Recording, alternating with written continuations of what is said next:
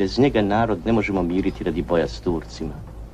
A zato živimo, za ovo ognjište, sve na kremenu od puške.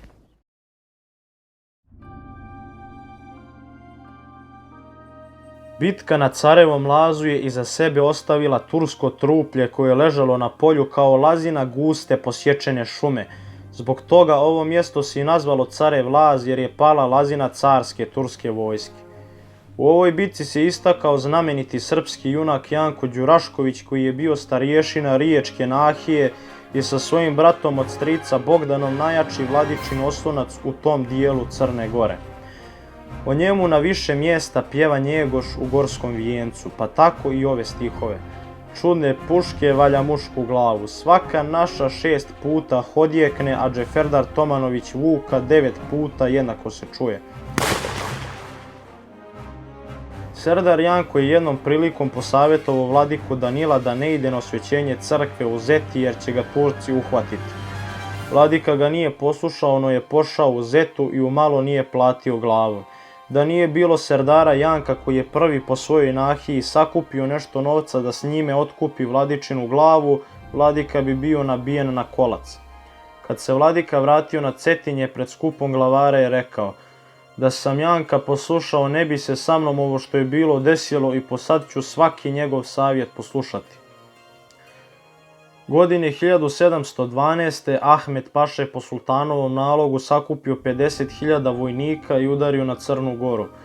Vladika je pre toga bio obavešten o tome šta Turci nameravaju, pa nije sedio skrštenih ruku. Okupio je crnogorsku vojsku i odredio da upravlja centralnim delom nje, dok je Serdaru Janku Đuraškoviću prepustio desno krilo, a Vuku Mićunoviću lijevo. Turci pre okršaja na Carevom lazu posmatrali su Crnogorce kako se hitro po kamenju kreću sa svojim dugim puškama. Pred takvim prizorom spopala ih je groznica te se nisu odlučili za napad.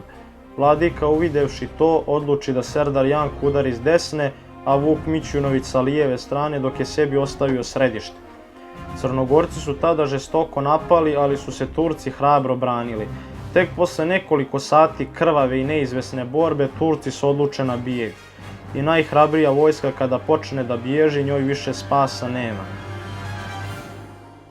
Turci su okrenuli pleća i ne pogode put kojim su došli nego zađu u krševe, a Crnogorci ih opkole i isjeku.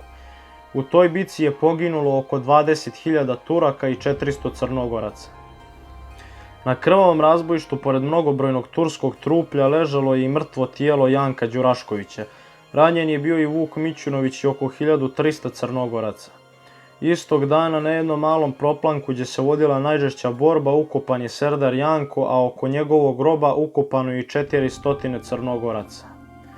Kako je vladika na kraju rekao, oni ostaše tu na poprištu bitke da im mrtvi čuvaju slobodu Crne Gore. Posle njegove smrti titulu Serdara preuzeo je njegov brat Bogdan. Od Janka i Bogdana do vladike Save bilo je dobrih Đuraškovića, ali tek u doba Savino ponovo se ističe kuća Đuraškovića preko svog vrsnog predstavnika popa Andrije, koji je bio najvatreniji pobornik vladavine Šćepana Malog. Njega čak i Njegoš pominje u svom delu Lažni car Šćepan Mali.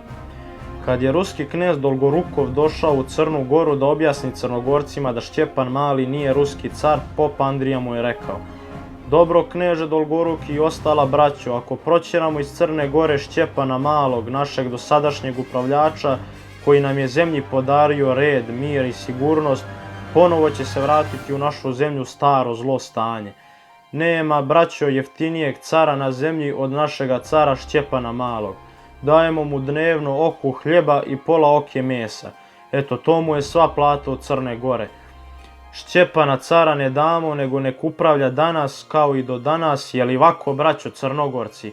Na to će Crnogorci: jest tako, pope Andrija, i drugčije ne može biti nikako.